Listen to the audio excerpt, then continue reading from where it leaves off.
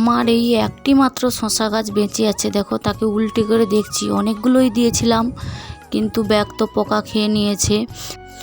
যাই হোক, চলো আজ আমি বাগানকেই যাব, বাগানে জল দিতে। তাই পরে আমার গোবর খালাটা ভর্তি হয়ে গেছে, গোবরগুলো মারবো। চলো এই যে গোবর বালতি নিয়ে যাচ্ছি, গোবর খালাটা ওই দেখো ভর্তি হয়ে গেছে। আর একদিকে আমাদের বড় জাত ছাগলের খুব সুন্দর একটা বাচ্চা হয়েছে, দেখো তার মাথায় খুব সুন্দর চাঁদ। তাকে আমি হাত দিয়ে লাড়াচ্ছি, খুব সুন্দর শুয়ে পড়ে আছে, কালকেই সবে হয়েছে। চলো তাহলে আমি বাগানে গোবর খালায় জল দিয়ে নেই, ততক্ষণ তোমরা ভিডিওটি দেখতে থাকো। ভালো লাগলে অবশ্যই কমেন্ট করে জানাও, তোমাদের একটা কমেন্টের জন্য আমাদের মতন ছোট্ট ইউটিউবারদের অনেক আশা জাগায়। যাই হোক, তোমরা পুরো ভিডিওটি দেখতে থাকো শেষ পর্যন্ত।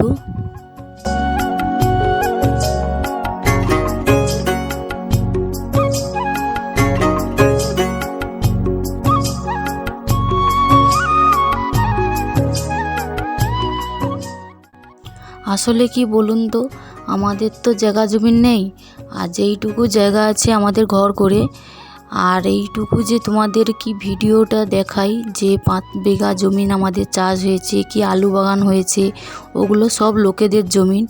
আলু বাগান টাগান যে চাষ করি আমরা, ওগুলো সব হাফ ভাগে, আমাদের হাফ থাকবে, যাদের জমিন তাদের হাফ থাকবে। ধান চাষও যে করি, ওই ধান চাষটাও হাফ ভাগে না, কিন্তু পয়সা দিয়ে আমাদের ওটা নিতে হয় 5,000-6,000 টাকা শুধু এক চাষের জন্য। জল জায়গা টায়গা করে সব 5,000-6,000 টাকা করে নিতে হয় 1 বিঘা জমিনের উপরে। যাই হোক, তোমরা দেখতে থাকো। আমার গোবর ঠাসাটা হয়ে গেছে, তাই গোবর মারবো। ওই যে জমিনের দিকে গোবরটা বয়ে নিচ্ছি। আমার শাশুড়ি মা ঘরে নেই, শাশুড়ি মা লেগে দিত। শাশুড়ি মা তার বাপের বাড়ি গেছে কালকের। আমার আই শাশুড়ি খুব অসুস্থ, তাই জন্য দেখতে গেছে আমার শাশুড়ি। এই দিকে আমার গোবর বওয়া হয়ে গেছে, তাই জন্য সব ডালু করে নিয়েছি, তাইলে তাড়াতাড়ি সুবিধা হয় আমাদের। যাই হোক, তোমরা দেখতে থাকো, ততক্ষণ গোবরগুলোকে ছোট ছোট করে ডালু করে নিই।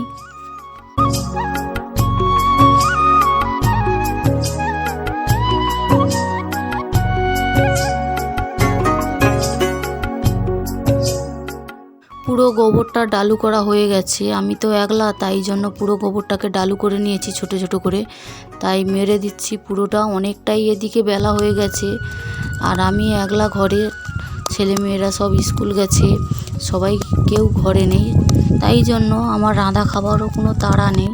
এখন কিন্তু 11টা-11:30 বেজে গেছে, জল খাবারও হয়নি এখনও। একবারে যেয়ে খেয়ে নেব আর কি।